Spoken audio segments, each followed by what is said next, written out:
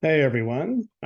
We are so glad to have everybody here. We're just going to give a minute or two just to let all the participants get online here. We've got about 31, but I think we have several more who are signed up. So we'll just give it a minute or two and then we'll jump in with some introductions of myself and kind of next steps. So just settle in.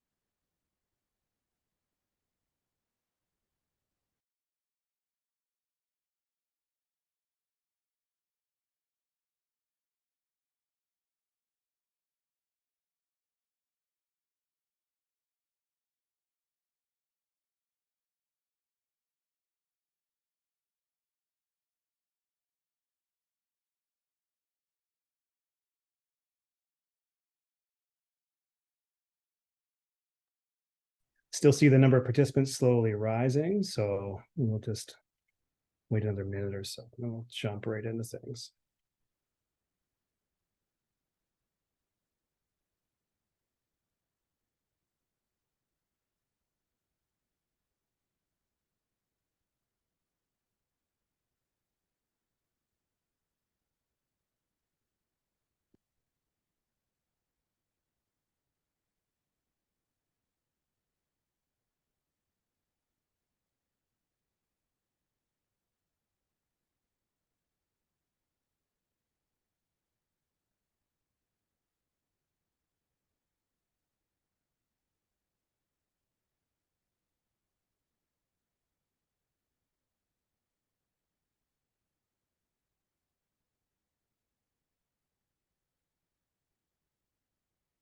Thanks for that, Veronica, in the chat. She just mentioned if while we're waiting for folks to join, if you want to feel free to say hello in the chat and maybe let us know where you're joining from, that would be fantastic. Get a sense of who's all here.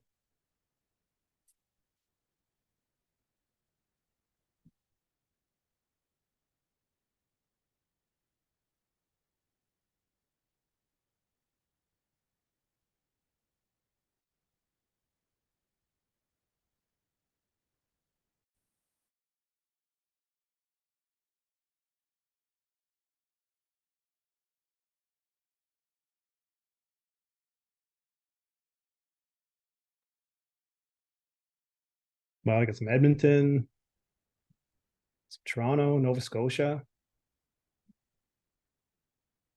Burnaby and the Musqueam, Medhat, North Van, Treaty 6, Brandon. Great cross section. Lots of folks here. That's awesome. Tofino.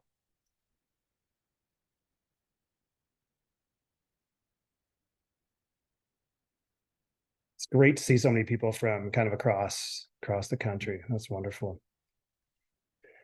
Well, I think I will kind of jump in. Please feel free to continue introducing yourselves in the chat. I don't want it to take us too long. We were joking that we've been really good at staying on time. And I said, don't worry, I'll make sure we go over time. But that was a joke and not meant to be serious. So I'm going to try to keep us on track here.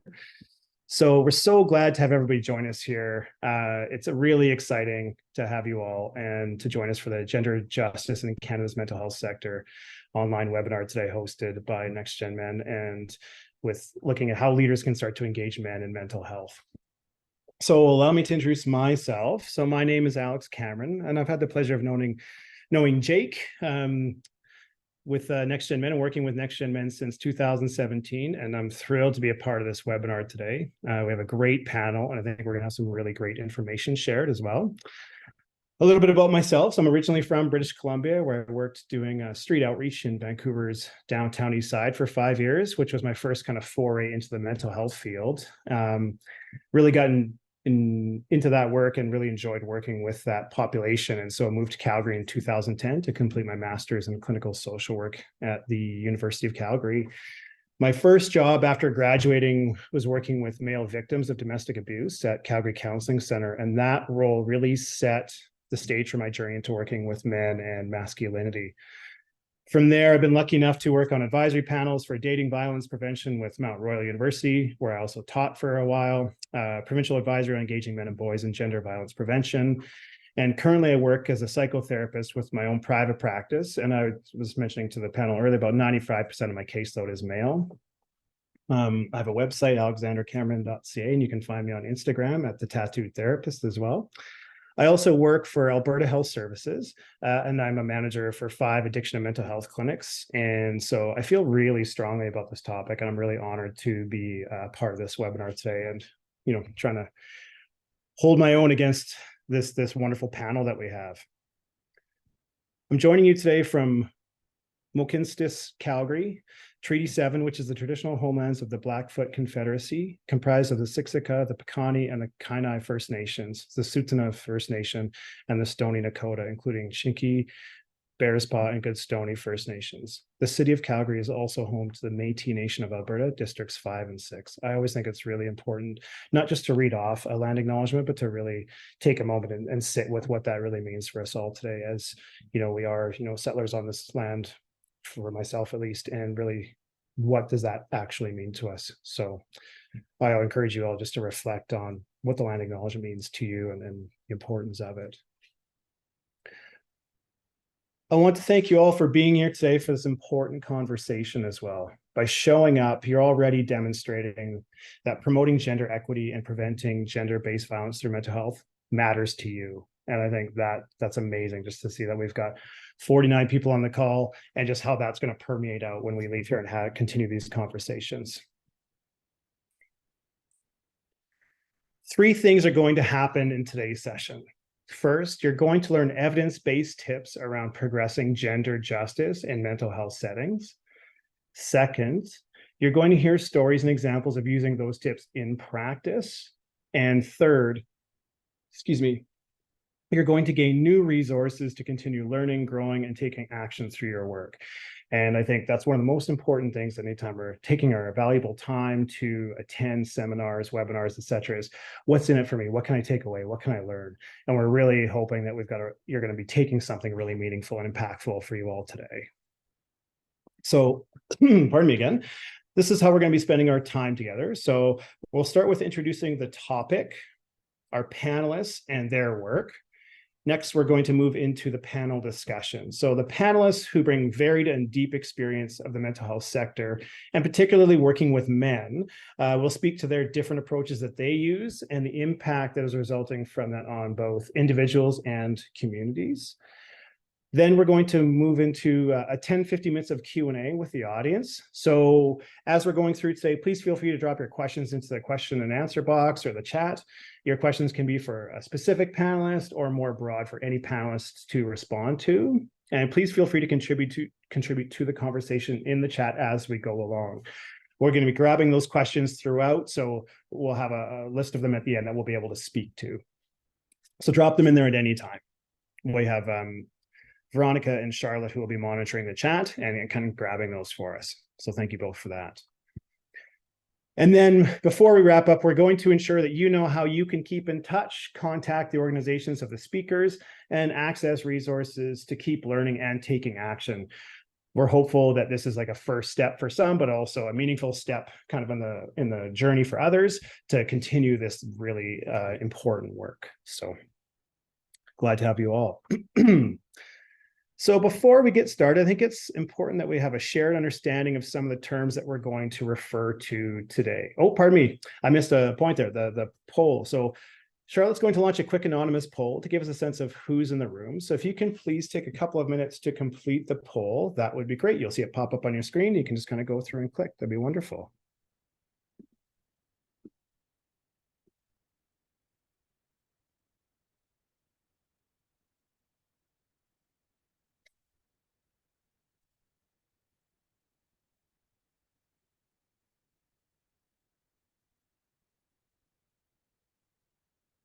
And if everybody's had a chance to complete that poll, we'll share those results in a moment.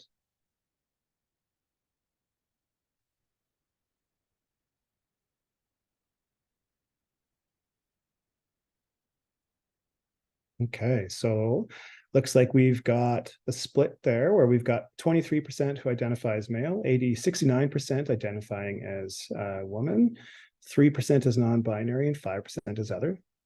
And then the second part, how familiar are you with the field of engaging men and boys in gender equity and or gender-based violence prevention? Very familiar. I feel like an expert, 8%. Familiar, I've learned a thing or two, 46%. Somewhat familiar, 38, and not at all familiar, 8%. That's awesome. Because I really think it's going to be great to get a sense from everybody along that continuum and learn from each other from different things where, sometimes some of the most meaningful impact I've had in working with, groups is the person who doesn't really know anything and saying, hey, I'm just starting fresh, because they bring that different lens of things and ask different questions. So really excited to see it. Like we've got a broad range there. So thank you for that. I'll go back to that piece where I jumped the poll earlier. Before we get started, we're going to talk about, and important to have a shared understanding of some of the terms that we're going to refer to today. So firstly, what is gender justice?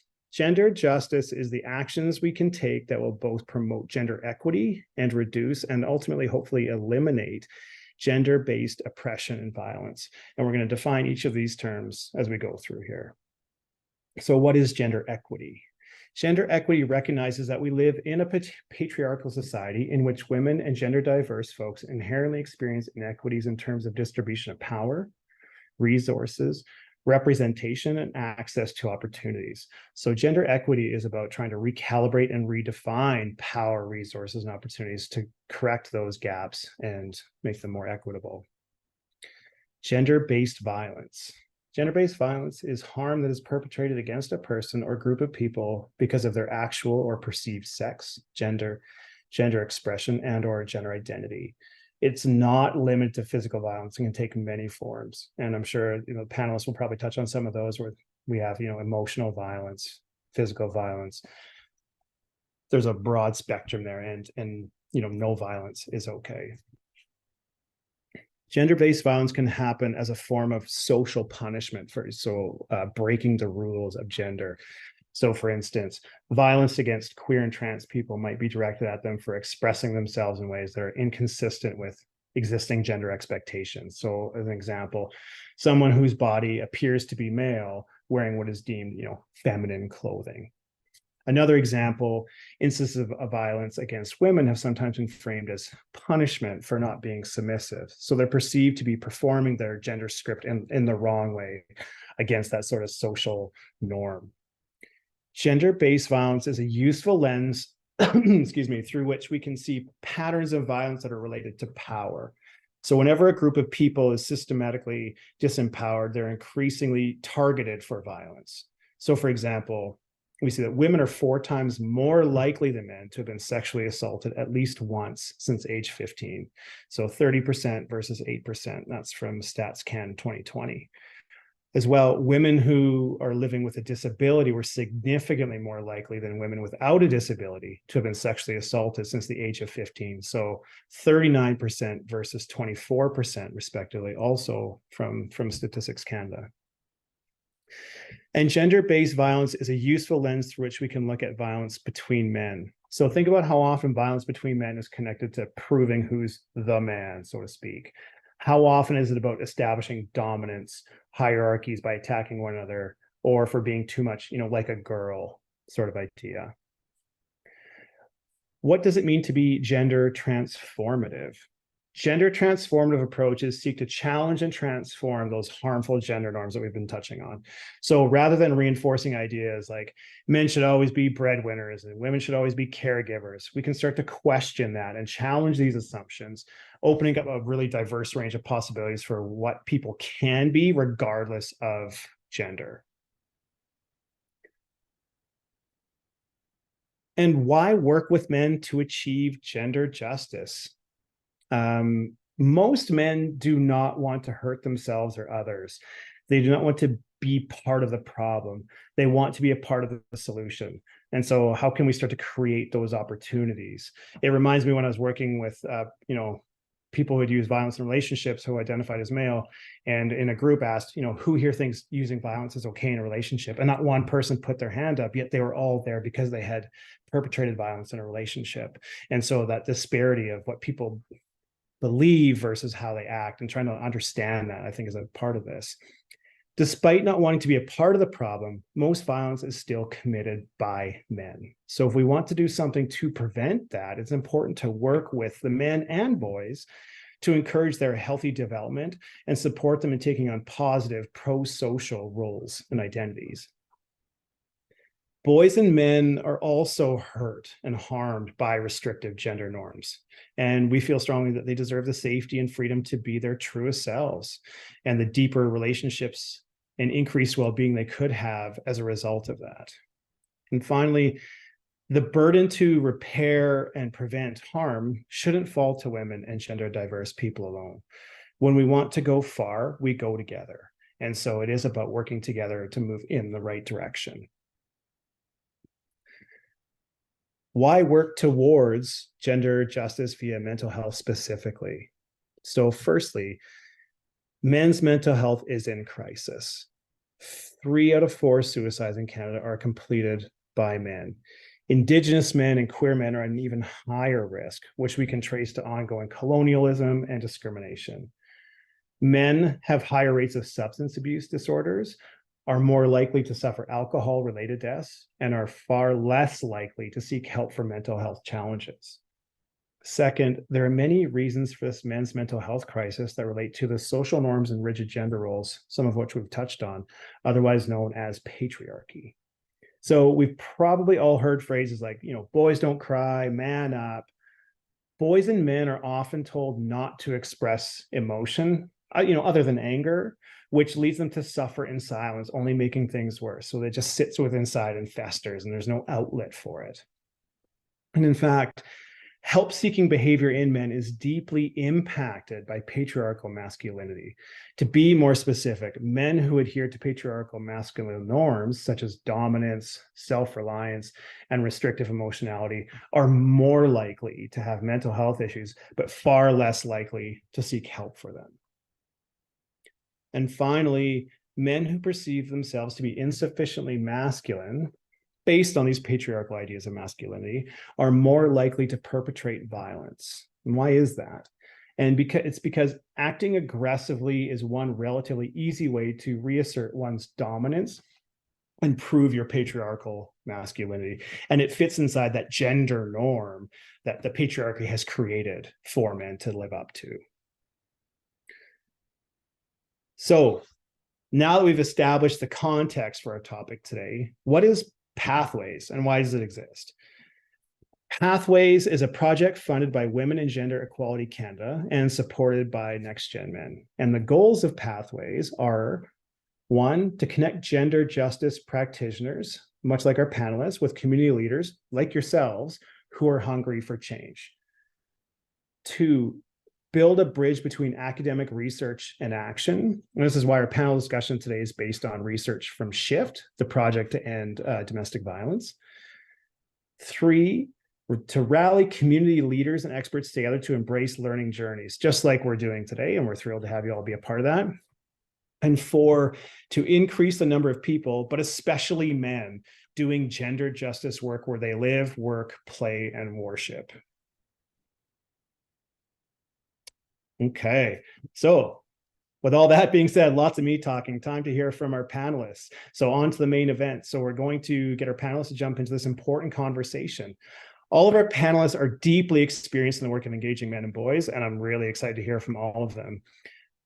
Gender justice and/or mental health is also that space that they're working in predominantly. So our panelists have been working to engage men in these issues and supporting meaningful change in their unique settings. I'm going to call on each panelist briefly to introduce yourself and share why gender justice and mental health matters to you. So first, I'm going to call on Jeff St. John. So Jeff, would you please be able to tell us a bit about yourself and why gender justice and mental health matters to you? Sure, happy to. Hi, everyone. I'm super excited for this morning. Thanks, Alex, for such a great intro, and I love your overview as well. It's super helpful to sort of ground us in the work a little bit. So my name's Jeff St. John. I'm a researcher, consultant, and coach. I'm founder of Blue Rock Social Impact Partners, which does work around leadership strategy and thinking well about social impact. And relevant to today's conversation, I'm also founder and sort of the strategy director for the Min Project. The Min Project is really a gender responsive men's mental health strategy to engage men towards getting connected to resources and supports that they need. My training's first as a therapist, and then over the last number of years, more as a researcher consultant. And I think this is a good question. Why is gender justice important to me? And for me, and this sort of trajectory of my career is that justice has always been a driver of my career. I started out working with young guys, junior high and high school age guys, and then sort of progressed into working on justice at a more macro level, working on homelessness and poverty reduction, and then in more recent years found that gender is really the foundational element to some of the justice pieces that I feel called to work on. The last piece I'd say is I have three daughters, and to me, the most important work around justice that I can do is to be a good father and understand how my behaviors and beliefs impact their world. So glad to be here with you this morning. Thank you so much, Jeff. Love the introduction, and thanks for being here today. Really appreciate it. Next, we're going to go on to Mark Frederick. So same question to you, Mark. Why does gender justice and mental health matter to you? Hi, yeah. So my name is Mark Frederick, he, him, they, them. I'm currently a therapist with a community mental health nonprofit organization, as well as doing some side practice as well. And as part of my work in that nonprofit, I also run a men's group for men who are looking to have better, healthier relationships. So it's a therapy plus psychoeducational group. I've been doing that for about 5 years. I started volunteering with Men Edmonton before they kind of got subsumed by Next Gen Men, not in a bad way, but in a good way. And that's kind of where I started working on gender justice things.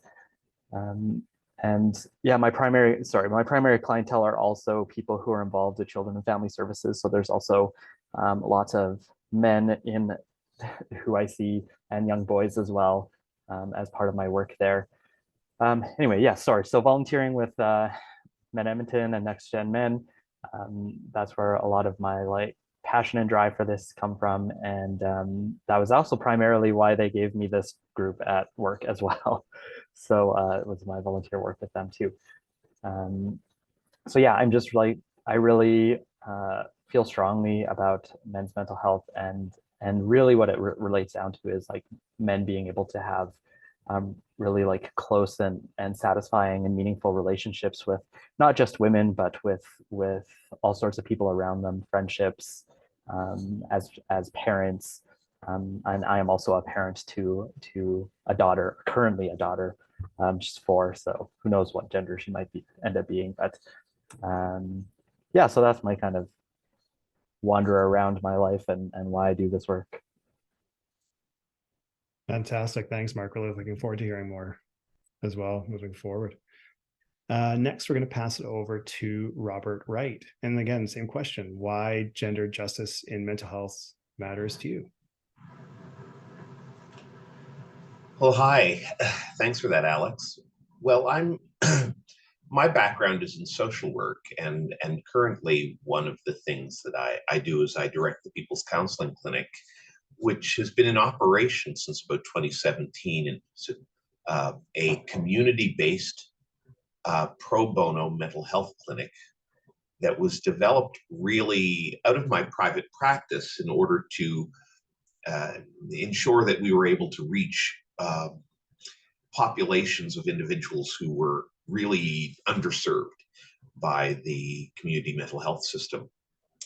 And I'd say gender justice is really important because I think that we will not have a society of people who live in peace, who experience wellness, unless there's justice.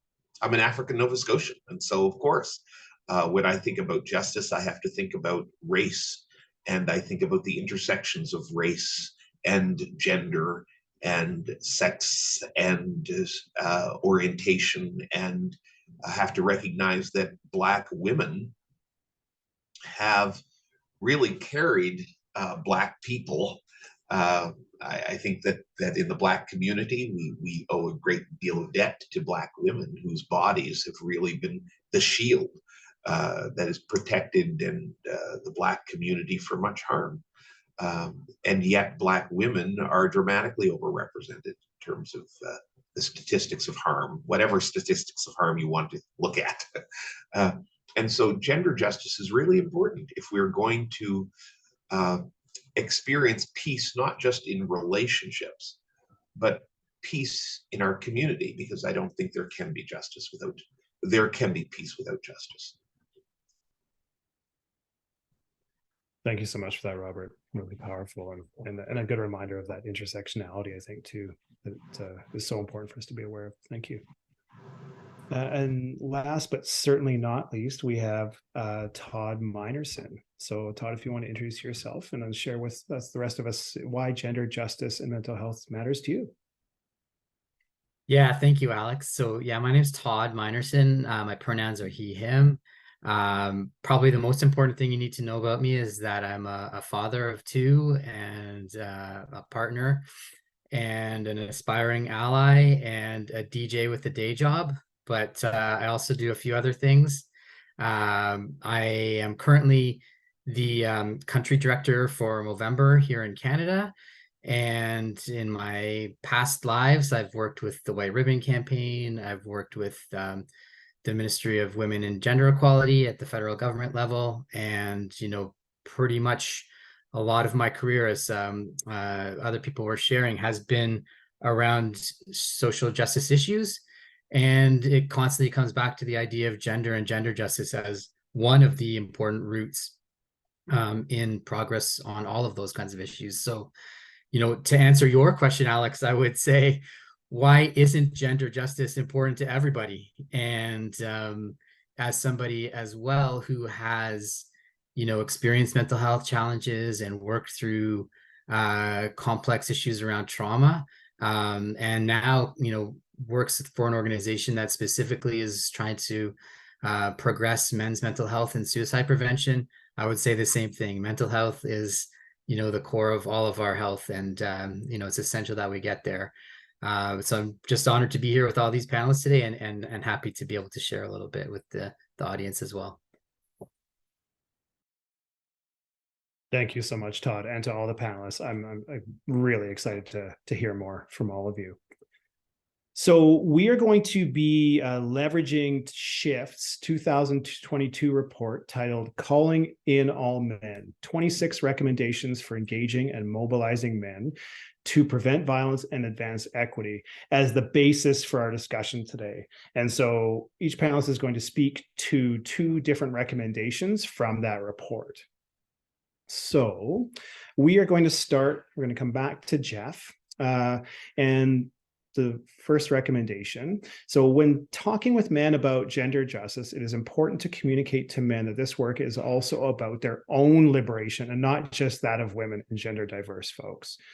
So Shift's report states, many men need help seeing the compelling reasons to engage in gender justice work, and their why starts with understanding the personal stake and impact this work has in relation to their own needs, their own lives, and their own experiences. So while we must acknowledge the power and privilege dynamics that exist between different genders as a result of patriarchy, it can also be extremely impactful for men to understand how these issues affect all of us, and mental health settings are a key entry point for that.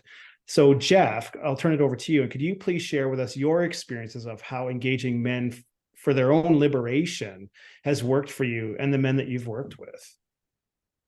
Sure. Well, I'm happy to give it a shot. And as I was preparing for having some of this conversation today, it strikes me like the first recommendation contains multitudes, in a sense, around different ways we could have that conversation. But I think for me, I want to start with more of my personal story.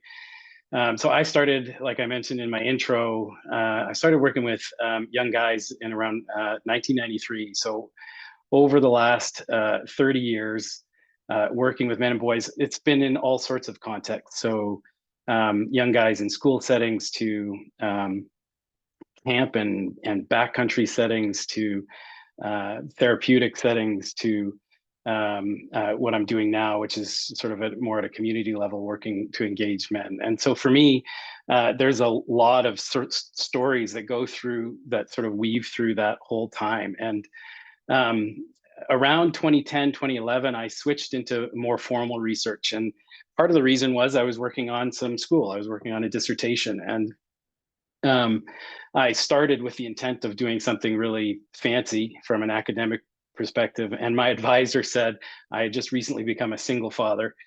And my advisor said, well, this seems more alive for you. And so I actually did an autoethnographic dissertation on my experience of being a father, and not just being a father, but my experience of being a single father in a context where at work, there was some punitive things because I wanted to be an engaged father. And we could talk all day about that. But in my personal and community and family relations, almost a reaction the other way, that I should want to be less engaged and do things that are more about providing, and I should work harder and let the real parent take over. And so this for me was a 4, 5, 6 year process of sort of metabolizing that from an inquiry perspective.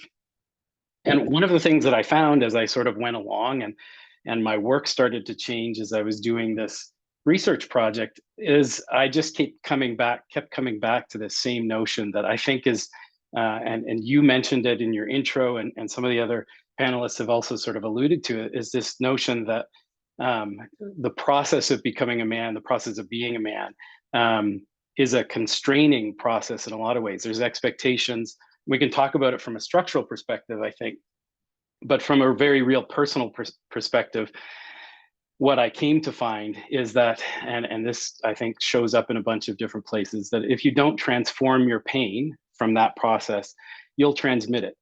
And I think for me, this is really sort of the heart of the idea of the Manan Project, the work that we're doing, is that this shows up time and again, that we experience pain for all sorts of things, and we can talk about that in different ways.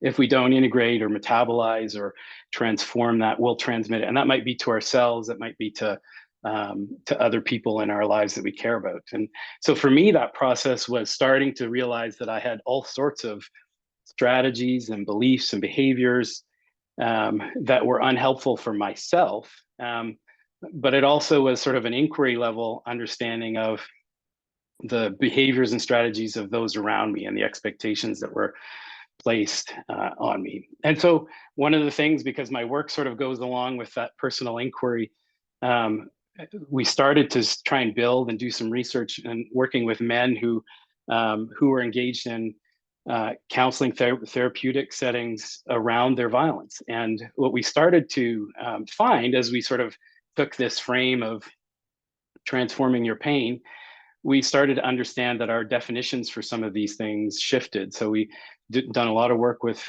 Fear Is Not Love, which is a Calgary-based organization that runs the Calgary Women's Emergency Shelter, and they had a men's program. And so we spent quite a few years and a lot of effort understanding what worked and what didn't and how we could change that. And one of the things that we found, and I think this is in your intro, you said there had to be some evidence-based ideas. So I want to share some of those things as well beyond my personal story, is that a lot of the interventions in this space are kind of accountability first interventions, and doesn't always take into consideration this notion that if men aren't engaged for their own sake, they have kind of what we talk about in developmental terms, or at least some good thinkers on development, it triggers an immunity to change kind of response. There's actually a shutting down that happens rather than engagement. So I think the piece that I take from that notion of you want to help people transform their pain so they don't transmit it,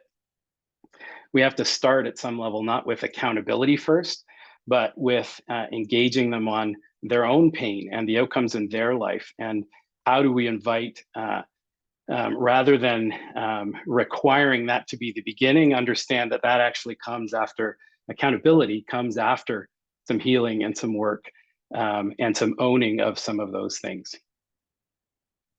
Thank you so much, Jeff. I love that transform or transmit. That's something I'm going to definitely take away. Really appreciate that. I love it.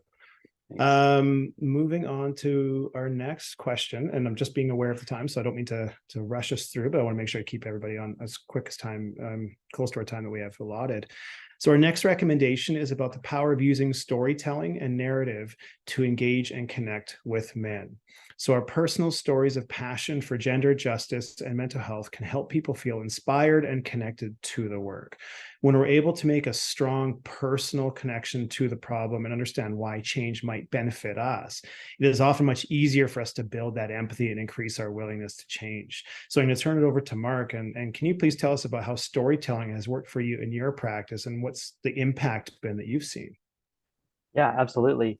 I would say probably one of the key one, and I say it, I call it a strategy, but it's not so cold as that. But in my work with men in my group, and even just with my therapeutic practice in general, I utilize a lot of self-disclosure, which some therapists think don't do and are very against that, and other therapists maybe have a view towards the same as I do. But as a way of like, first of all, modeling a power equalization is like, the more you know about me as a human being, the less power I have as this expert or this professional over you. And that's really important to me in my practice. Especially in my group, I'll use a lot of examples from my own life in where here's a way that I really fucked up a relationship type of I can't think of the word I'm looking for, but not a relationship in general, but rather something that happened in my relationship. Here's where I really screwed up, and here's an example of where I succeeded as a way to like illustrate kind of what we're talking about. So like when in about like 2013, my first wife and I separated, and I found myself like faced with this moment where I really understood that I could proceed forward with my life being this really embittered person, where the end of my relationship was like the thing that my identity revolved around for the rest of my life. Or I could move forward and take the lessons learned from that into being a better partner and seeking out better partners myself for what I wanted. And after a lot of other stuff that happened, like I decided to take that route, and that's what got me into finding out about Men Edmonton and working with them. And I use examples from that and my current partnership to really try to illustrate to the guys in my group and as well as in my practice, like this is what a relationship can look like. And we're not always going to get it right. But the fact of like doing it better more frequently than not is the key there. And so by taking these examples and telling stories about my own life, as well as stories from, especially in my group, stories from past participants and how they've interacted with the content, has been really, I think, really impactful, and all the feedback that I get, I usually check in all the time with my guys, like, how do you feel about me sharing much about my own experience as a partner and as somebody who's on a second marriage and as a parent and all of that stuff. And resoundingly, they always want that. Nobody has ever said they don't like that or don't find it helpful. So storytelling from like real experiences from both myself and others, keeping confidentiality in mind, like for those other therapists, don't worry, I'm not breaking confidentiality on this, promise. I find that that's often the most powerful thing that people take things away from or remember the most from, especially from the group that I run. That's great. Thank you, Mark, for that. Yeah, it's just so humanizing, I think, as you say that and sharing that. Thank you. Powerful stuff. We will move on to the next recommendation from Shift Reports, suggesting that when working to engage men and boys in gender justice, we should anticipate negative reactions to change and develop strategies to mitigate or address them. So we're going to turn over to Robert. And Robert, have you ever been in a situation where you were trying to communicate to men how, for example, rigid gender roles or other aspects of patriarchy might have oppressed and received some negative reactions from them? And how did you address or mitigate these? Oh, absolutely. I think that I really like what Jeff said about really talking with men about transforming their pain, right? And I guess I would say first, before you can actually engage with men to talk and respond to their kind of negative reactions, you really have to create and prepare yourself and have a mindset for expecting those negative reactions, right? I think that if we're in the space of helping men to heal and to become allied with the necessity of achieving gender justice, we need to recognize that we're asking them to take a journey. And we can't expect them to start the journey at the destination, right? And so we should expect the negative reactions, and we should be preparing ourselves to have some degree of patience and tolerance for them. I'm not saying that we agree with them, but we shouldn't engage in a game of whack-a-mole in terms of every time a negative attitude is expressed, we feel that righteousness requires us to beat down that negative expression. Instead, I think it's about recognizing that expression is based in some kind of pain, in some kind of injury. And likely the injury that they received through patriarchy, which may be difficult for some men to see initially, right? And so it really, if a person is helping a person on that journey, we need to create a safe space for men to be able to express that negativity in a way that doesn't result in an immediate censure and correction, but a patience and an acknowledgement of pain, and then a leaning into how that pain that they're experiencing is similar to the pain that other peoples are experiencing, right? And so that I think is really important. I think that it's really about the preparation on the part of the helper to be prepared for the negativity and to see that negativity as an essential expression, or perhaps what I'd say a common expression on the journey. There's this phrase that we say that the erosion of your privilege is not oppression, right? But we should acknowledge that for the person, it feels like oppression, because their world is being shaken and disrupted, and it's hard to see your world transform if you can't see yet the destination. And so I think it's really just about preparing oneself. And I think also about preparing your colleagues and the people who observe your work,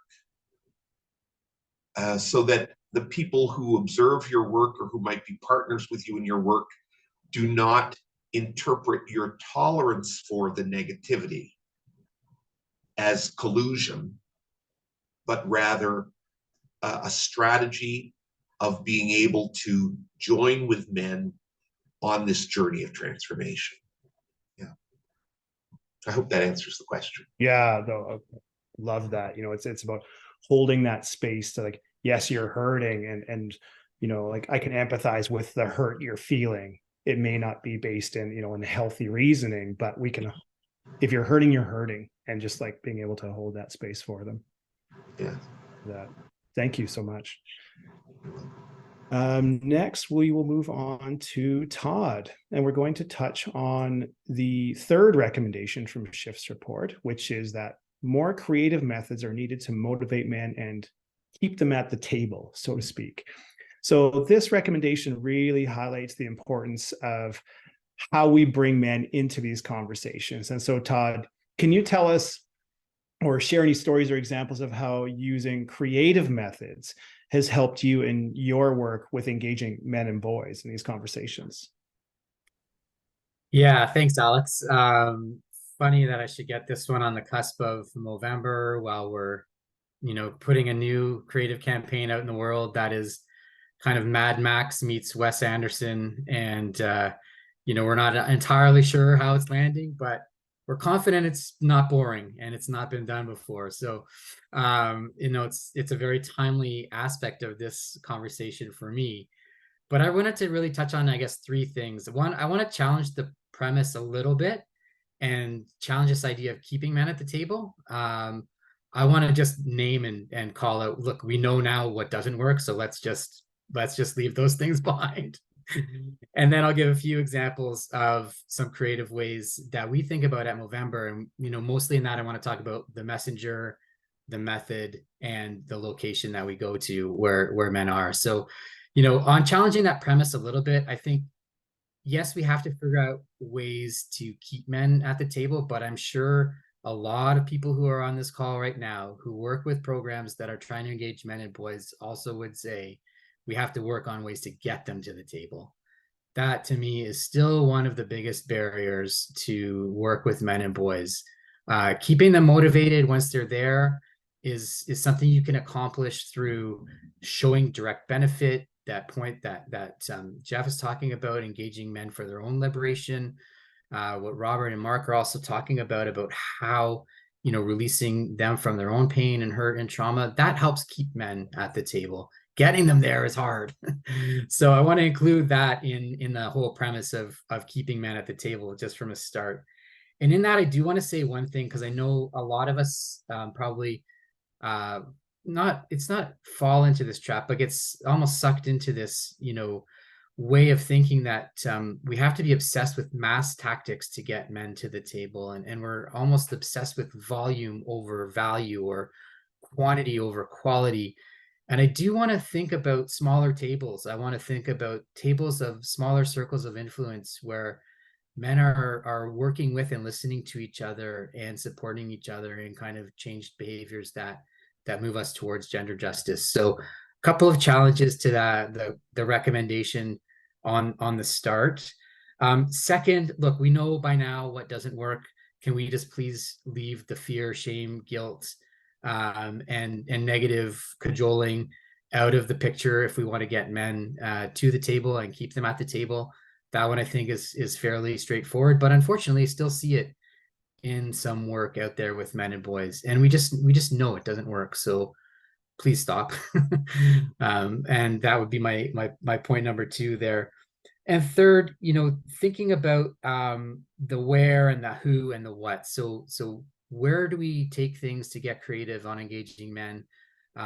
Who's providing those messages, and what are we saying to them, I think are important considerations. And when it comes to the location, if you will, the where, we all know the phrase, go to where men are. And it used to be like, okay, so we'll put a poster up at the hockey rink, but not all men are at the hockey rink, and a poster is not enough. So going to where men are is a huge part of that. The how and the why, using humor and using ways that help disarm men around some of that defensiveness that Robert was referring to, that make it a little bit easier, that accept we're on a journey and the destination is more important than the entry point sometimes, are important pieces, and who the messenger is. So I'll give a couple examples of those things. In the link earlier, I think Veronica shared a series that we've done in November, helping men understand what therapy actually is and how it can help. And the opening scene of that video is, no offense to the amazing therapists on this call, is a guy in like a velvet smoking jacket with a British accent. And the very first thing he says is, you know what therapy is, guys? It's fucking excellent. And that's the way we want to like kind of break the ice right away with men to help them understand, the benefits of therapy for them. When we think about getting creative with messengers, it's easy sometimes to think about the celebrities or the athletes or the high profile men, but I actually feel there's more value in working with men who people can relate to. So we did a series, YouTube influencers, where we kind of chronicled their life, gave them a camera, asked them to share how they were feeling about different things like relationships and jobs and school. And young men could relate to that because they were living the same experiences. So messengers are so important, and they're not always, the highest profile athlete that you can find or community member you can find. And last but not least, going to where people are and using emotion. We can't be afraid to use emotion with men either, because so many of us are just, bundles of emotion waiting to be discovered, that it's an important way to think about it as well. And so we did an activation with the Rugby League World Cup last fall in Ireland. And you know how sometimes before a game, a sports event in a stadium, they say, can we have a moment of silence? We actually did a little spiel that said, hey, can we have a moment of non-silence? Can you turn to the person beside you and talk about how you're feeling and what's going on in your life? And can we model that behavior of speaking to each other and speaking up and speaking out? And it was electric. The whole stadium, just kind of went into this robust conversation, and it was really cool to watch. So those are some ways that we think about it in November. And I know there's people on this call who also have tons of great contributions when it comes to getting creative on this. Thanks so much, Todd. That's awesome. I can't wait to go and check out some of those own resources myself. And having grown up playing rugby, there's none of that conversation was happening. So that's really cool to go to that really traditional, like macho masculine space and do that. Fantastic stuff. Thank you.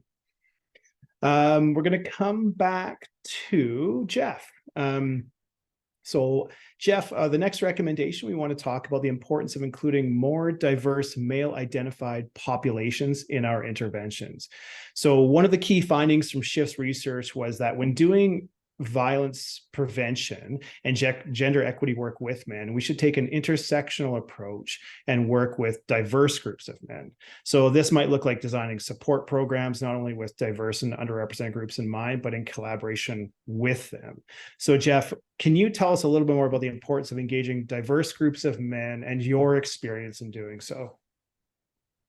Sure. Yeah, and happy to. And I think a lot of people on the call eminently more qualified to talk about this than myself. But I think one of the things that I wanted to share, and this is an initiative that sort of fell out of the Manan project, and I think hopefully illustrates a little bit of how we're trying to think about it.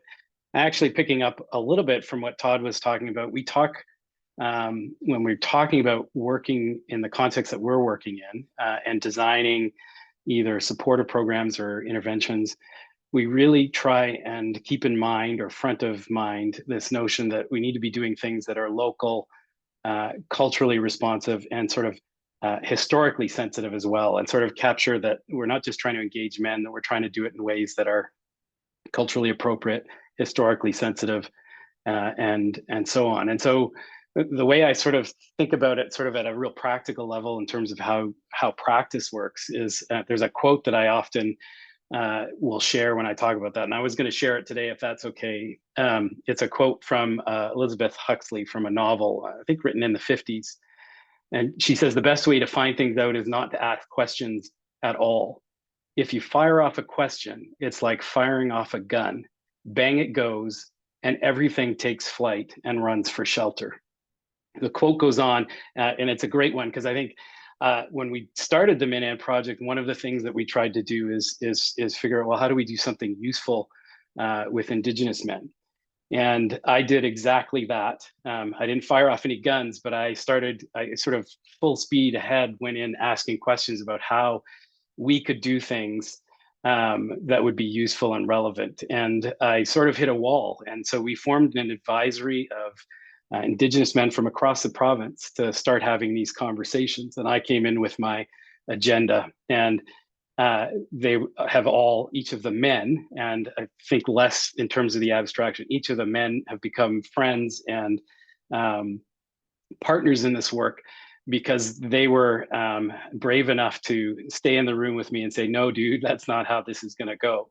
And so we spent a great deal of time where I just shut up and listened. And we had, over the course of about a year and a half, a whole bunch of conversations. And there's sort of one piece that I recall that was sort of most useful, because I was trying to champion this notion of, well, we need to talk about masculinities and not traditional masculinities.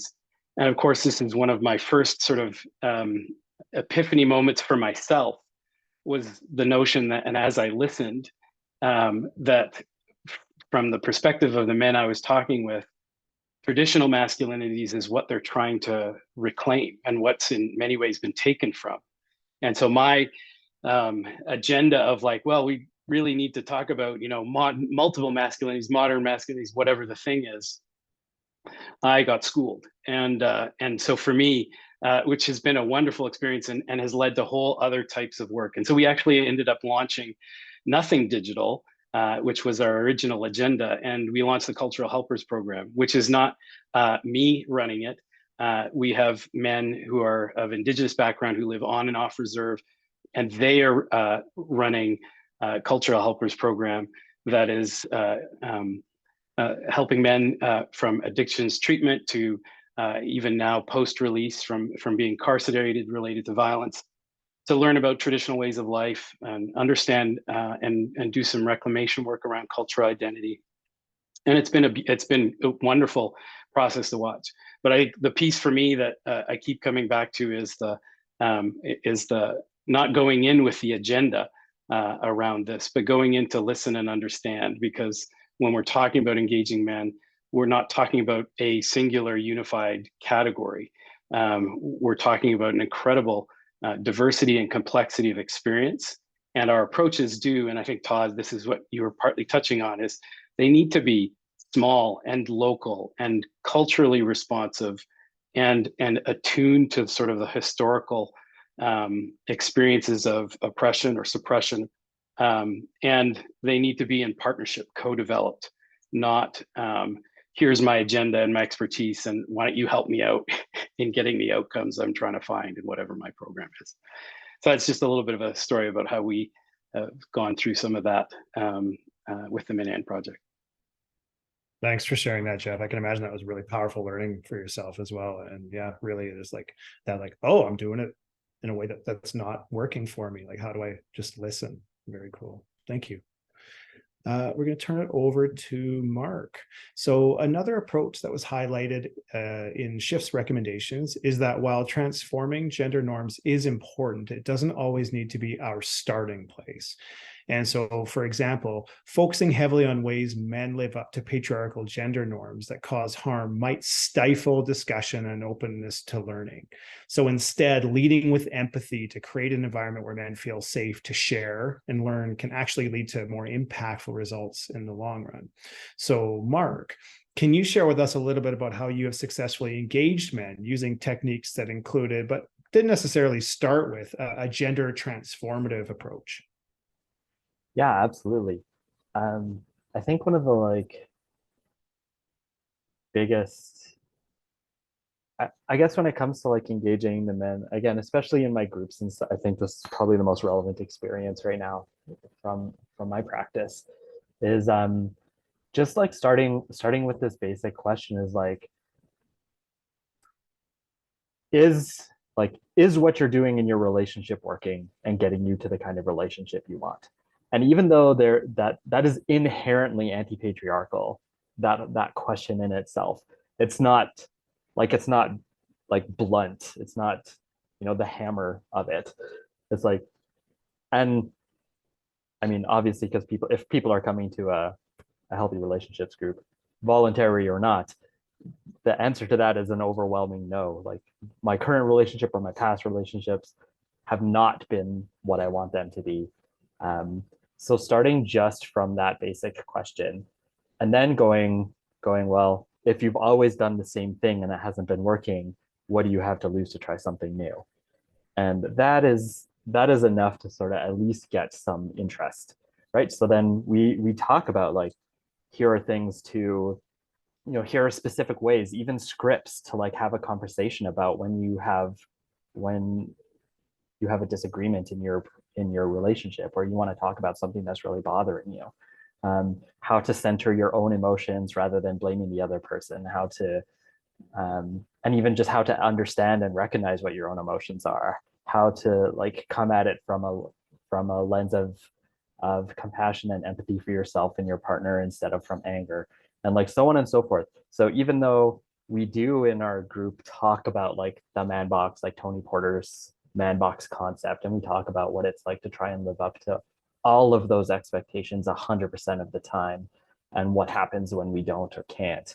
We do talk about that, but it really stems from this, like, do you want your relationships to be different? If so, let's try these different things, as uncomfortable as they might be. And so I have a story to relate about this. We have, I remember one participant this is several years ago now. We were in one of our sessions, we're talking about what boils down to essentially is like how to use I statements to talk about a problem that you have in your relationship, or something you're worried about or concerned about. And this participant really challenges, like, nobody talks like this. This sounds so robotic, so insincere. Like nobody, this is not how people have conversations. This is not how people talk. And so the challenge to that was like, is what you've been doing been working? Well, no. What do you have to lose by trying this? As uncomfortable as it is, as difficult or insincere, robotic as it may seem, what do you have to lose to try it?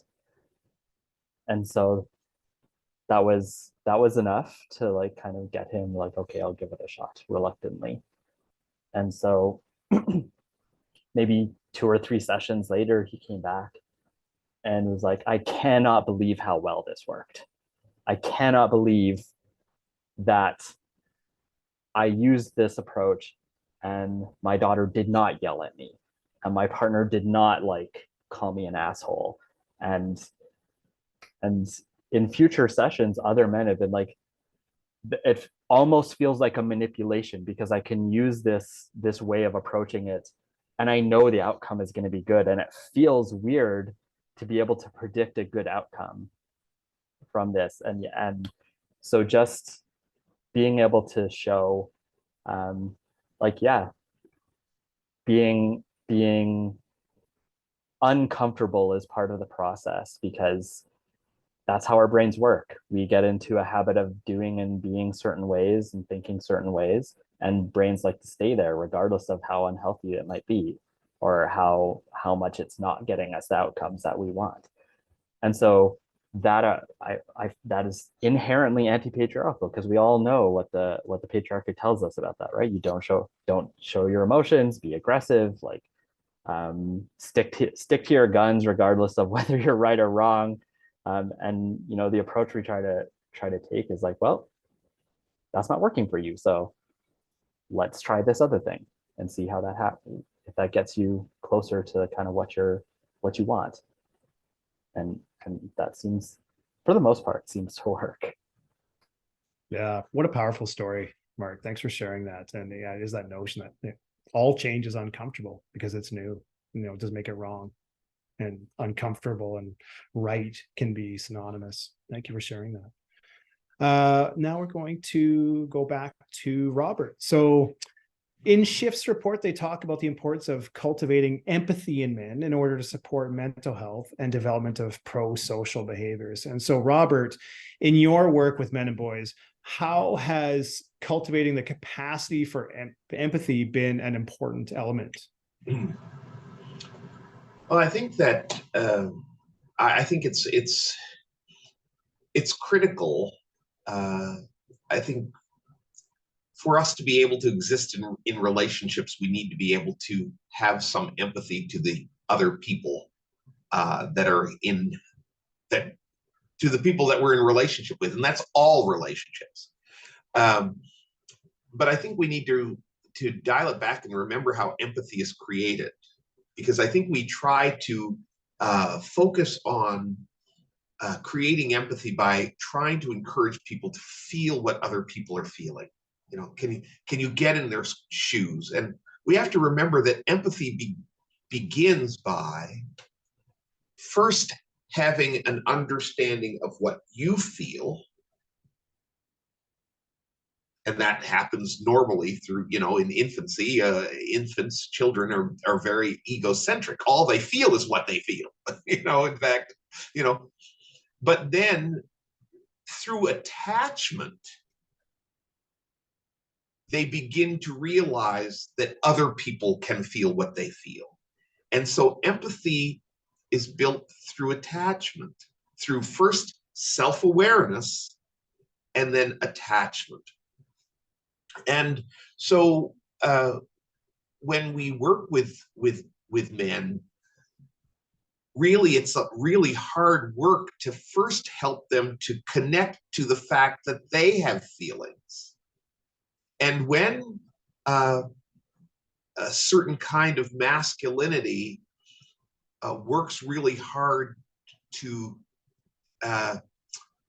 help you to purge the idea that you have feelings and needs, you know. So to be sensitive to your needs and your feelings is not a very masculine thing. So the first piece of the work is becoming awake to your own feelings.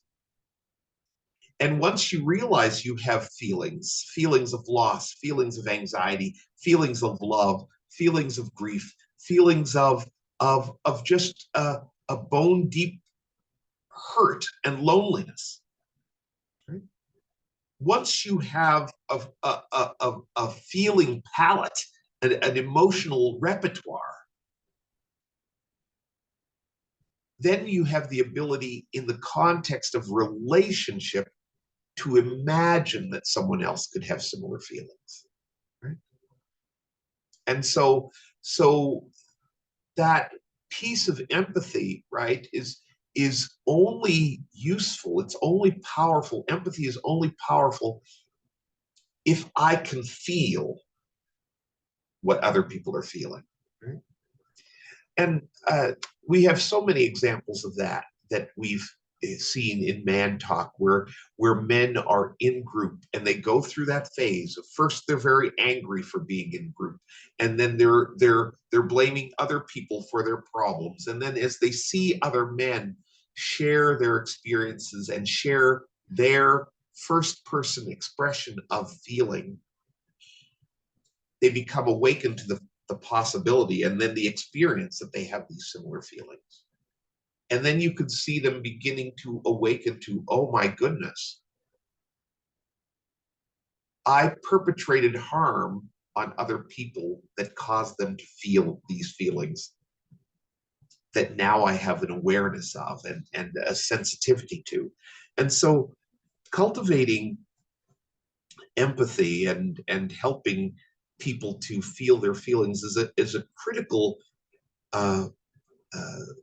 piece, because now men can be sensitive to the fact that their behavior and their actions out in the world are not just moving and changing and building things, but actually causing other people to feel things. And that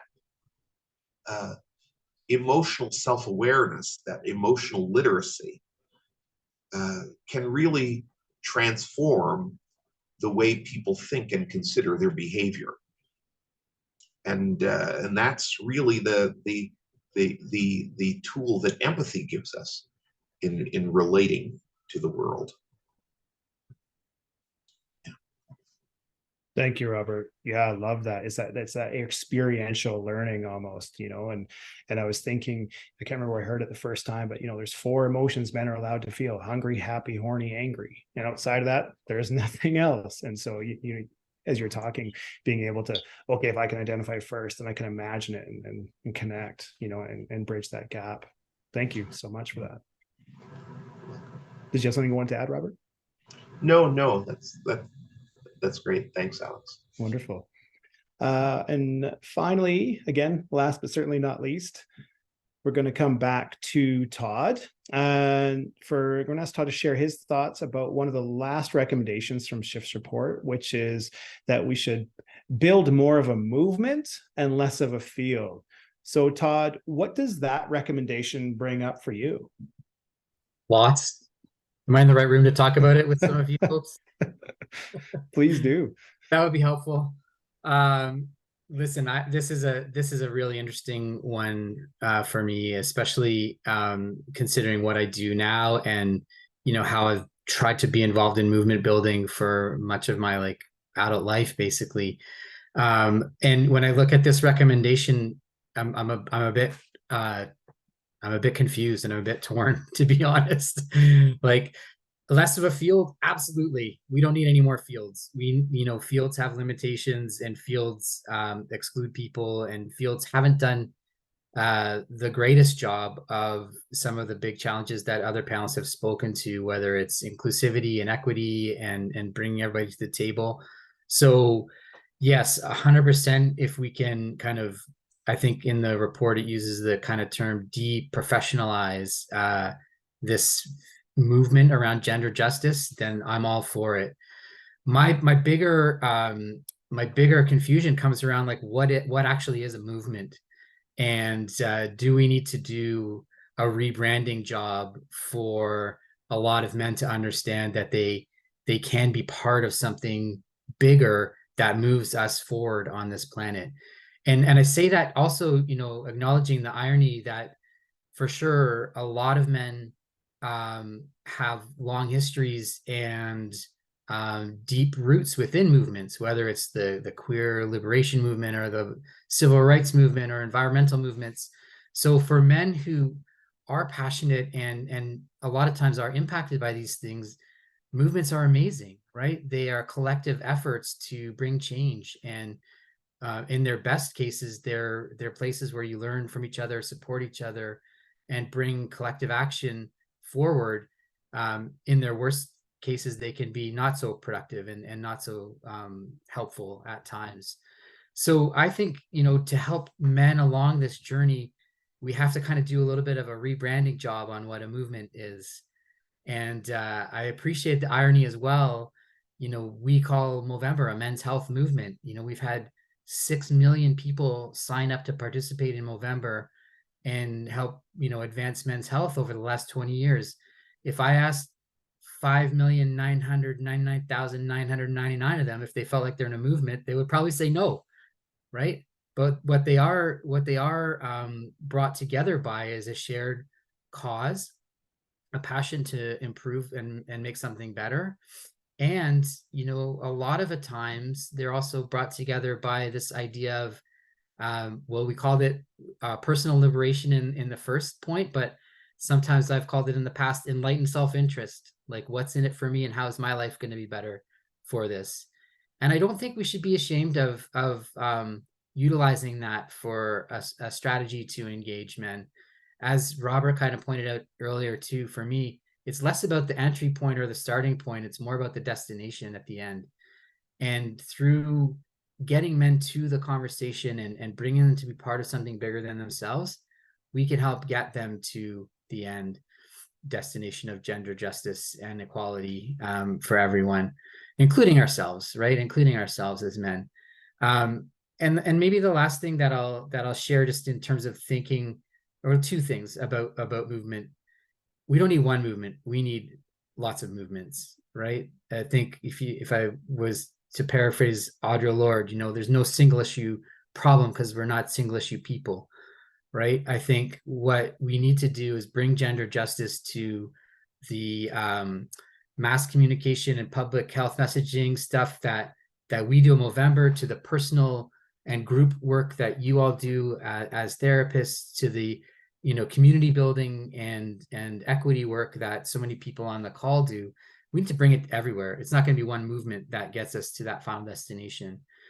And I think, lastly, I'll just say, there are a lot of other collective and community structures that men engage in that we can learn from, that may not be called movements. I'll put it like that. Listen, like, I'm a hobby nerd. I have two hobbies that I am like nuts about: record collecting and fishing. And in both of those, I have like incredible communities of men that I connect with. If I bring some gender justice to my record collector buddies, then hey, maybe I'm doing a little something right. I think about that. What's the place where men can dress up and sing and wear costumes? That's not a drag breakfast. It's sports events, right? So, we're connected in ways in those kinds of places as well. So I'm so curious about how we think about those spaces and tap the power of collectivism in those spaces for guys, as much as we are about building a singular movement that has one clarity of purpose to it, and brings everybody along. So just a few random thoughts from me on a very confusing topic.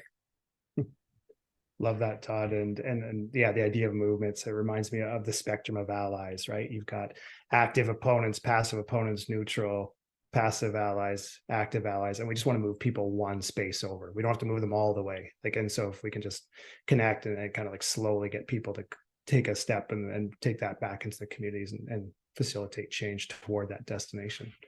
Love it. Thank you. So much information. I hope everyone's taking this in. I'm going to have to go back and watch this webinar on YouTube after this, because this is way too much for me to follow. Such good stuff here. So just before we jump into the Q&A, we have another quick audience poll for you all to see which recommendations or strategies you'd like to learn more about. So if you can just jump in and take a look at that poll, that would be wonderful. And then we'll move on.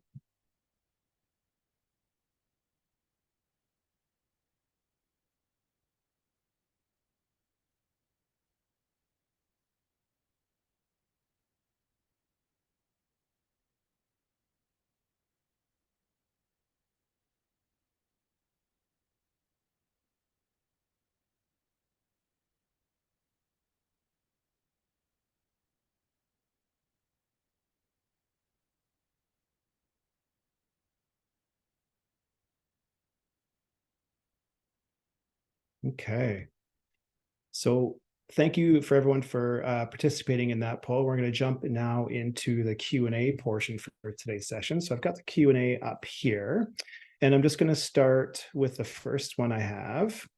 This is from Tracy Boyer. There are workplace employee groups for people who are underrepresented, but not for the dominant group who arguably have the most influence on culture and the experiences of underrepresented folks. Do you think we could flip that or add something there? I'm happy to turn that over to anyone in the panel if they have any thoughts. Let me read it out a second time. There are workplace employee groups for people who are underrepresented, but not for the dominant group who arguably have the most influence on culture and the experiences of underrepresented folks. Do you think we could flip that or add something there? And I'm curious if anyone wants to jump in with any thoughts there.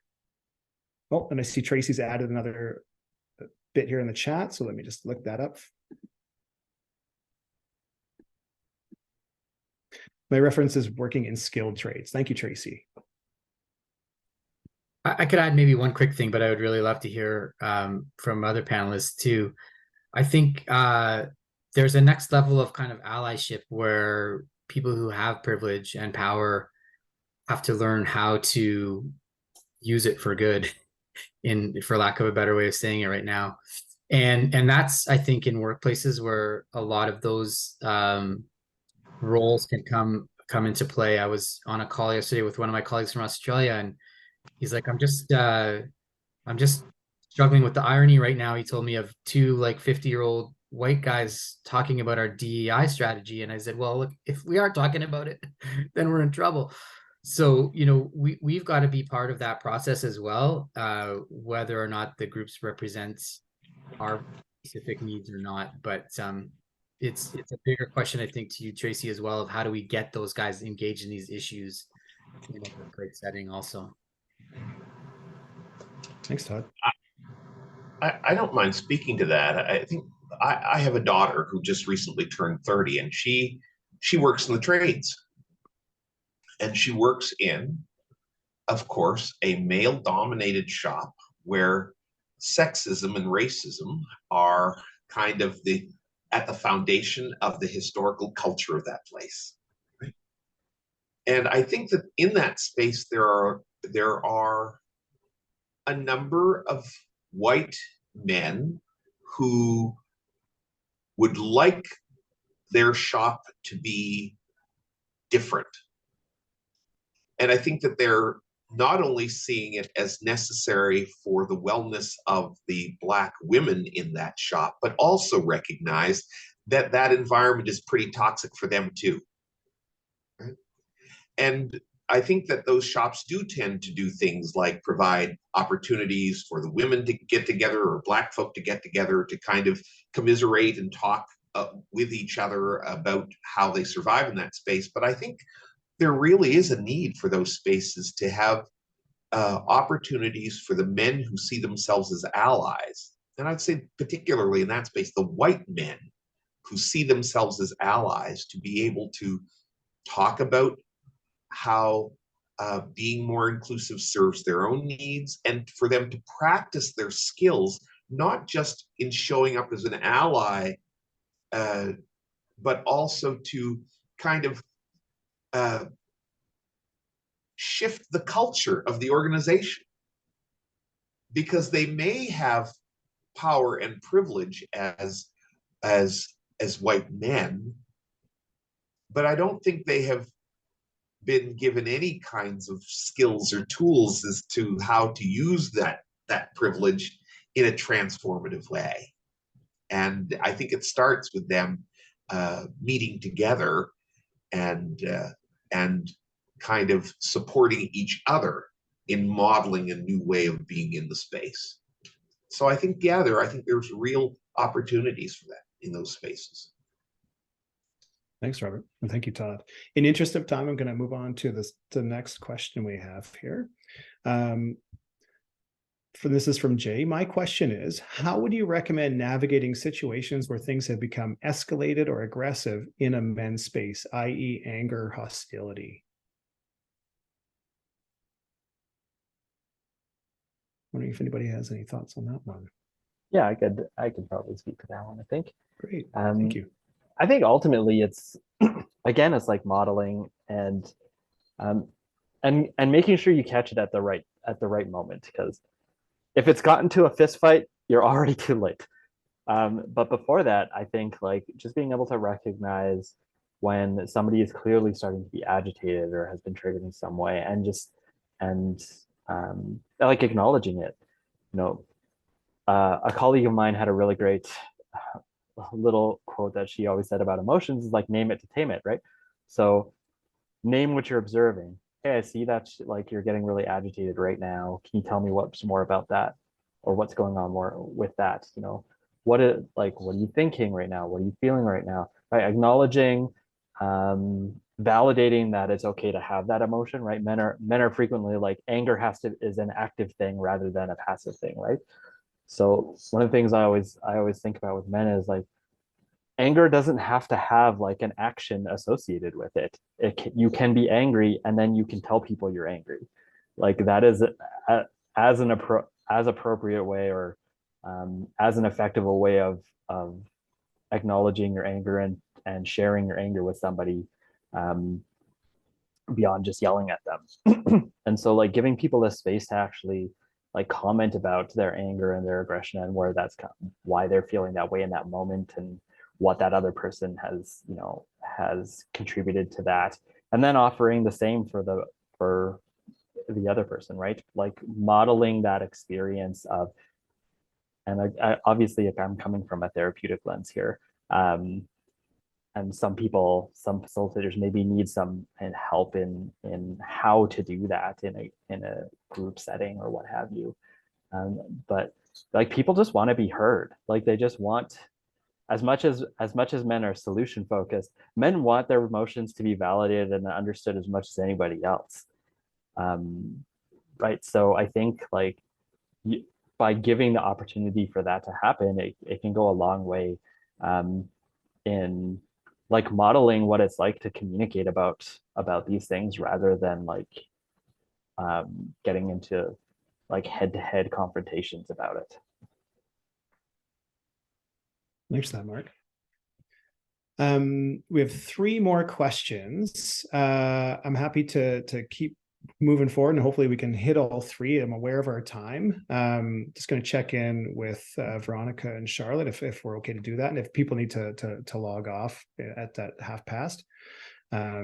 Just see in the chat there. Just want to make sure that I'm being respectful of everyone's time today. I'm not sure I'll have to pick one. Okay, well, thanks I'm going to disappoint 2 people and make 1 person happy here. So I'm just going to grab the final one here. Good afternoon. I'm a facilitator with the Men's Resource Center of Brandon, and I am a woman. With the guests' help, we have structured a safe space. When we have specific programming, I do bring in male co-facilitators, and at times excuse myself to give them the space for men to be men. However, going forward, how would I engage myself to be more involved in male masculine activities? I recently had a guest mention, you're one of the guys, which I respect, but I do know that the guests hold back because I am a woman. Therefore, wondering how to engage their space so it wouldn't be limited for them. Example, a men's group I typically do not attend.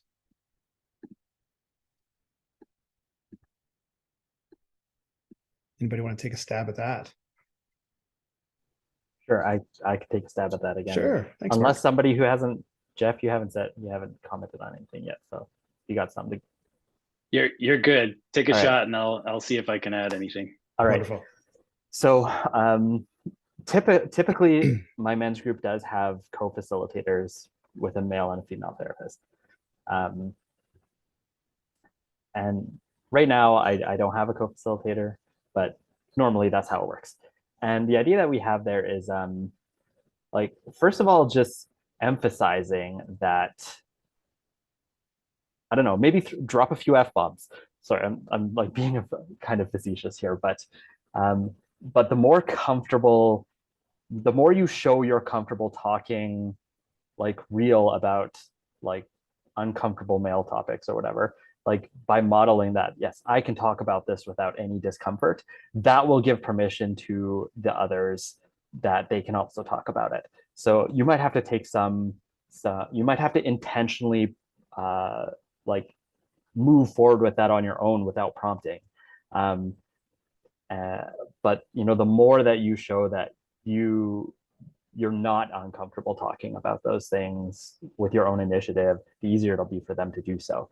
And the other thing I want to comment on about why it's really important for there to be like male presenting and female presenting co-facilitators in these groups is that it models like this is what a healthy working relationship can look like between like a man and a woman.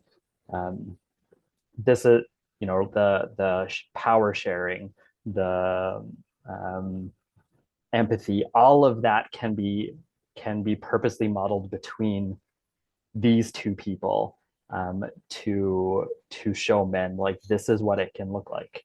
This is, you know, this is what's healthy. This is something that allows for each person to have like power and equality and so on and so forth. So yeah, taking the incentive to delve into what might be an uncomfortable topic and really showing that it's not uncomfortable for you, I would say is probably the key there. Yeah. I might just add, like that. Oh, go ahead. I just want to add one thing too there in terms of, I'm glad for Mark talking about that. We have female women who are co-facilitators and contributors to our group. And I think what I would say is that it has to be okay for men to be authentically men and authentically becoming men in the presence of women, right? And that if we're concerned about men holding back, I think that might be not just because there are people of different genders in the space, but men may be receiving signals that the facilitators can't hold some aspect of their expression. Right? So when I said it's important to expect that men are going to have negative attitudes, I talked about how the helper needs to prepare themselves to be able to hold that, because if the helper can't hold it, then the person can't express it freely.